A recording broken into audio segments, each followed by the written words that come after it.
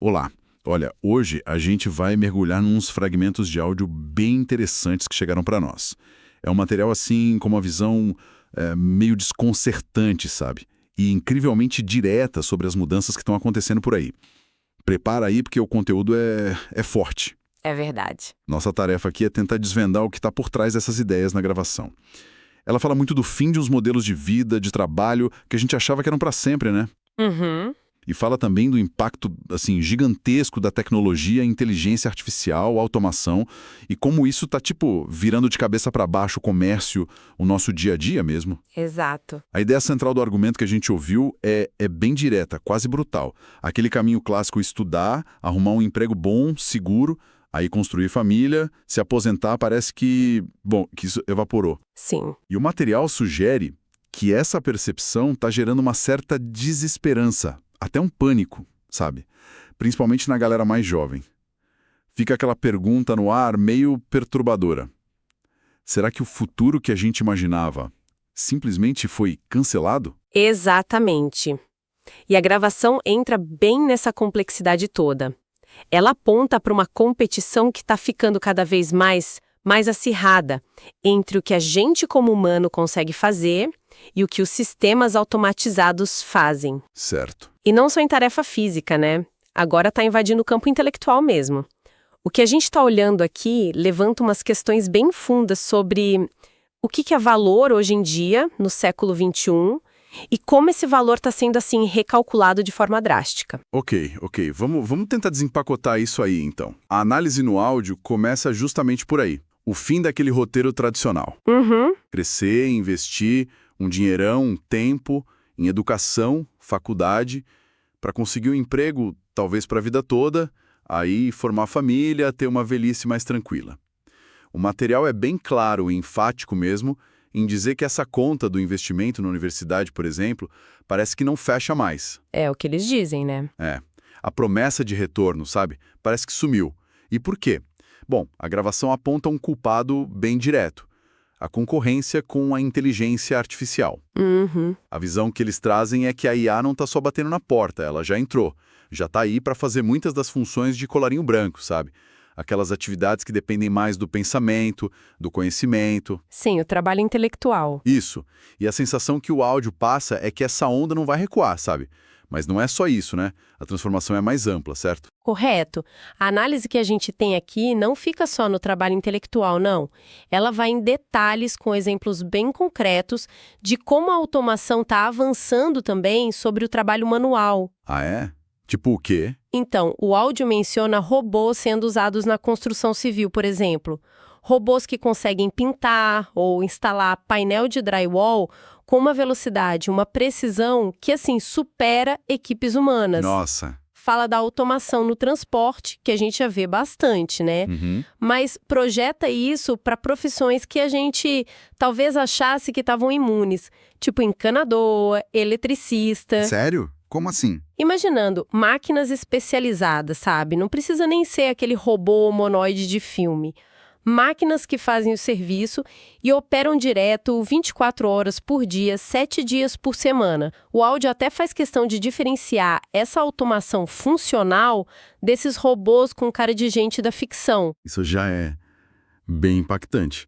Mas tem um ponto na gravação que é mais controverso, né? Usa uma linguagem bem forte para falar de uma suposta dificuldade de parte das pessoas em competir com a IA. Sim, esse é um dos trechos, digamos, mais polêmicos do material. A gravação levanta essa hipótese de que a IA, por processar informação e fazer tarefas cognitivas complexas muito rápido, acaba superando a capacidade de uma parcela grande das pessoas. Entendi. O áudio usa termos como baixo QI, até preguiça intelectual para descrever pessoas que, nessa visão deles, teriam uma desvantagem competitiva quase impossível de superar. É importante a gente dizer aqui que estamos relatando o que está na gravação, né? Não que a gente concorde com essa forma de falar ou com a conclusão. Claro. É o conteúdo da fonte. Exato. E a consequência que o material aponta é que isso tornaria a mão de obra humana, em muitas funções, cada vez menos valiosa, economicamente falando. E essa visão do áudio sobre a capacidade humana vai além da competição direta com a máquina, né? Acho que menciona algo sobre a própria interação entre as pessoas também. Isso, menciona sim.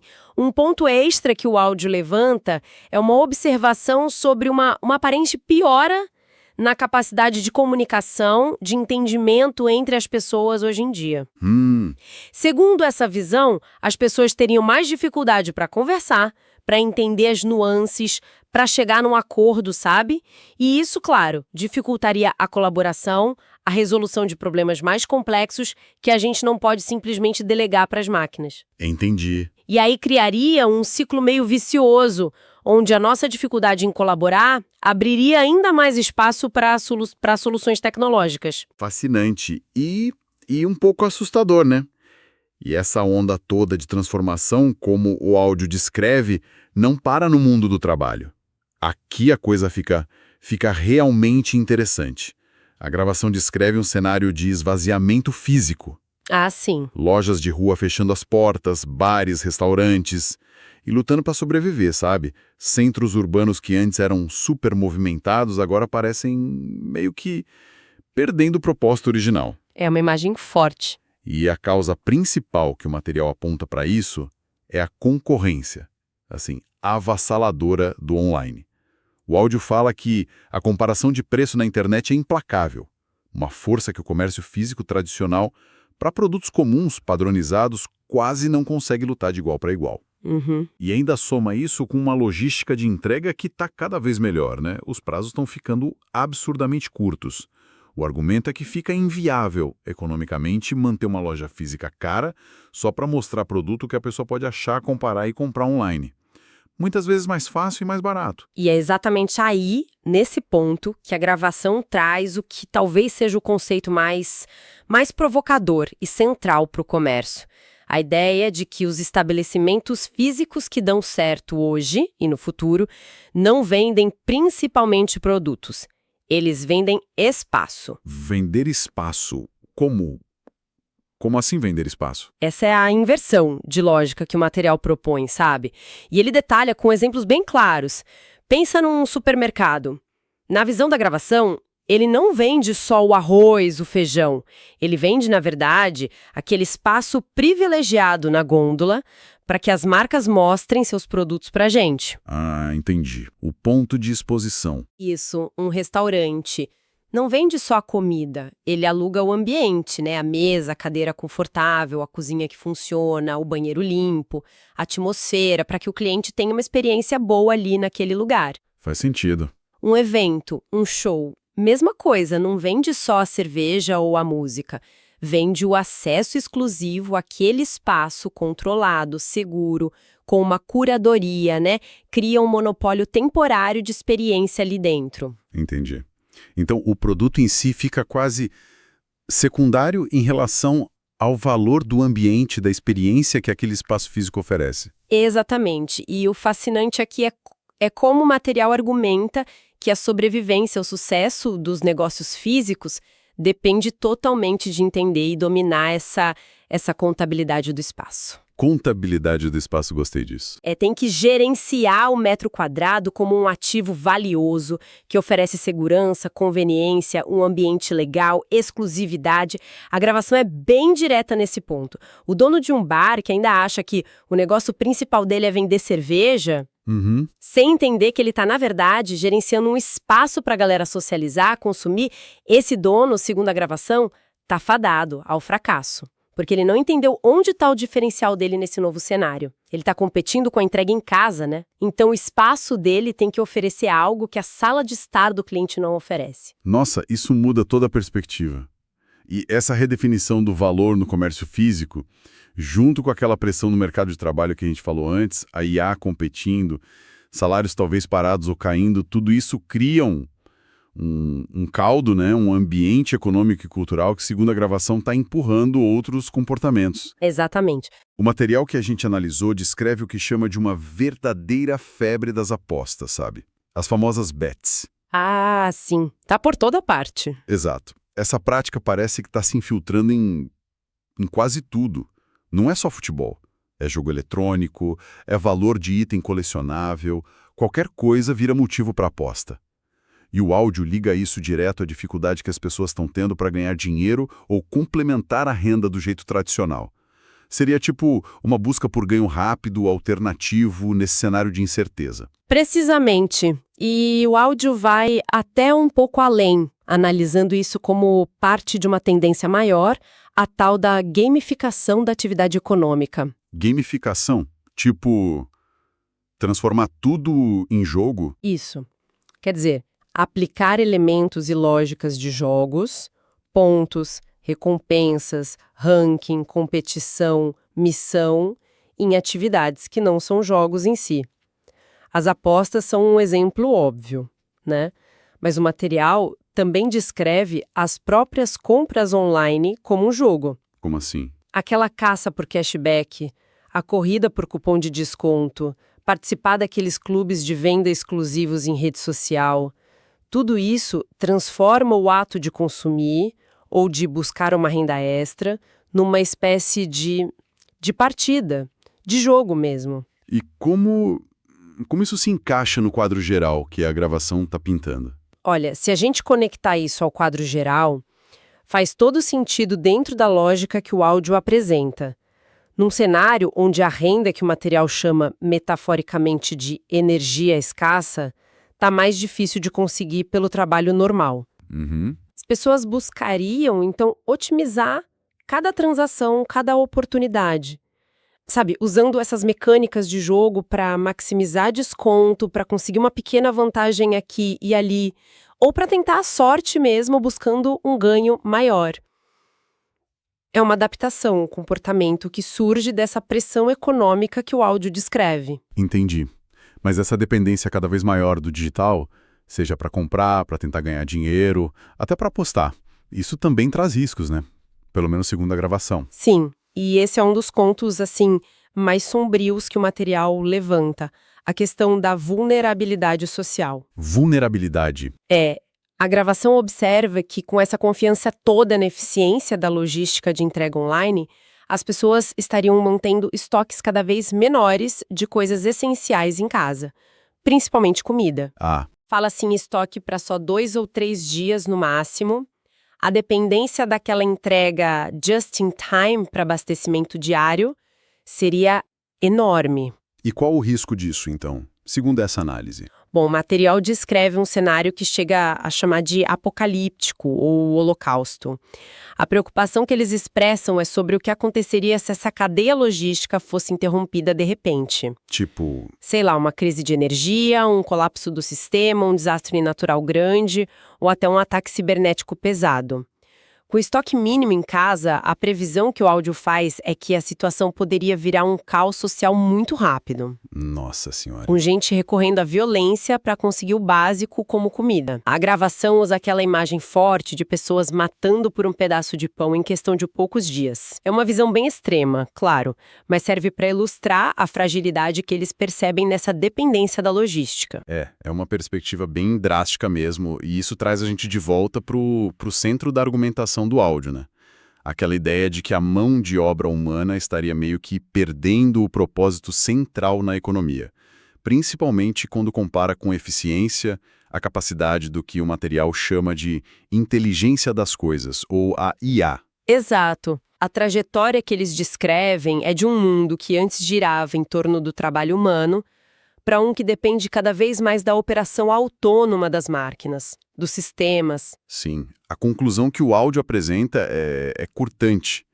Ela sugere que, nesse novo paradigma que está surgindo, o ser humano, como agente produtivo tradicional, corre o risco de se tornar, em muitas áreas, inútil ou completamente desnecessário do ponto de vista puramente econômico. Uau! É uma afirmação que mexe com as nossas ideias mais básicas sobre o valor do trabalho, sobre identidade, sobre contribuição social, né? O áudio parece argumentar que a gente está saindo de uma era onde as máquinas ajudavam a gente para uma onde nós talvez viremos meros acessórios, ou em alguns casos até obstáculos para a eficiência do sistema. Pesado. E, diante de um diagnóstico tão severo assim, a gravação chega a oferecer alguma saída? Alguma sugestão de adaptação, além daquela necessidade individual de competir ou buscar renda alternativa? Oferece. Oferece uma sugestão bem pragmática, na verdade, voltada especificamente para os comerciantes que ainda têm bons pontos físicos. Aqueles espaços bem localizados que a gente falou antes. Certo. A ideia central que o áudio propõe é: parem de lutar uma batalha perdida tentando vender produto comum, que está online mais barato. Em vez disso, transformem radicalmente o propósito do espaço físico. Transformar. Como? Para fazer o quê? A sugestão que está no material é converter esses lugares em mini-hubs logísticos, sabe? Depósitos ou centros de distribuição avançados para grandes marcas ou para plataformas de e-commerce. Ah, interessante. Usar a localização privilegiada não mais para venda direta para o consumidor final, mas como um ponto estratégico na cadeia de suprimentos. A ideia seria usar tecnologia, sistemas conectados, talvez IA, para otimizar estoque, rotas, para automatizar essa operação de receber, guardar e despachar rápido as mercadorias. Entendi. Ganhar no volume, na eficiência da logística, se tornando um elo importante na entrega rápida que o consumidor online quer, em vez de ficar tentando competir no modelo antigo de varejo. Seria uma reinvenção total, usando o ativo do espaço de um jeito novo. Então tá. O que tudo isso significa no final das contas? Vamos tentar amarrar as pontas dessa análise toda, que é bem complexa, baseada nesses fragmentos de áudio. O que fica muito claro é uma disrupção tecnológica, assim, em escala gigantesca, com LA, automação, o poder do online, redefinindo as regras do jogo no trabalho e no comércio de um jeito fundamental. Exato. A gente viu a perspectiva apresentada de que o valor está saindo do produto que a gente pega na mão para ir para coisas mais abstratas, como gerenciar o espaço, criar experiência, garantir segurança, a conveniência do ambiente. Sim. A gente observou a pressão aumentando sobre a mão de obra humana tradicional, sobre a renda das pessoas, o que, segundo o áudio, estaria incentivando fenômenos como essa gamificação geral da economia e a busca por renda em aposta. E, por último, essa análise também acende um alerta para uma possível vulnerabilidade social maior, né, ligada a essa nossa dependência crescente de sistemas logísticos digitais que são complexos e talvez mais frágeis do que a gente pensa. E um ponto crucial que o material repete bastante é essa noção de que não tem volta. A perspectiva do áudio é que uma vez que essa verdade sobre o modelo antigo ficar obsoleto e esses novos paradigmas tecnológicos e econômicos surgirem, é percebida, é compreendida, não dá mais para desver. Não dá para simplesmente ignorar e voltar para o jeito que era antes. Nesse contexto, a adaptação rápida, a flexibilidade e principalmente entender a fundo esse novo cenário se tornariam, segundo essa fonte, não só uma vantagem, mas algo crucial para a sobrevivência mesmo, seja de um negócio, seja de uma pessoa no mercado de trabalho. Isso deixa a gente com uma provocação final, né? Inspirada diretamente pela força dessa análise. O material que a gente explorou hoje aponta para um futuro onde uma parte importante da mão de obra humana pode, sim, se tornar economicamente supérflua, desnecessária para produzir bens e serviços como a gente conhece. É uma possibilidade levantada. Se esse cenário se concretizar, mesmo que em parte, para além da adaptação dos negócios, da requalificação profissional, que novas formas de propósito, sabe, de contribuição social, de significado para a vida humana poderiam surgir? Se o trabalho deixar de ser o eixo central da vida para muita gente, o que vai ocupar esse espaço? É a grande questão, né? Fica aí a reflexão, né? Sobre como a gente pode redefinir o valor e o sentido da existência humana num mundo que talvez seja pós-trabalho, ou pelo menos com um trabalho radicalmente diferente do que a gente sempre conheceu.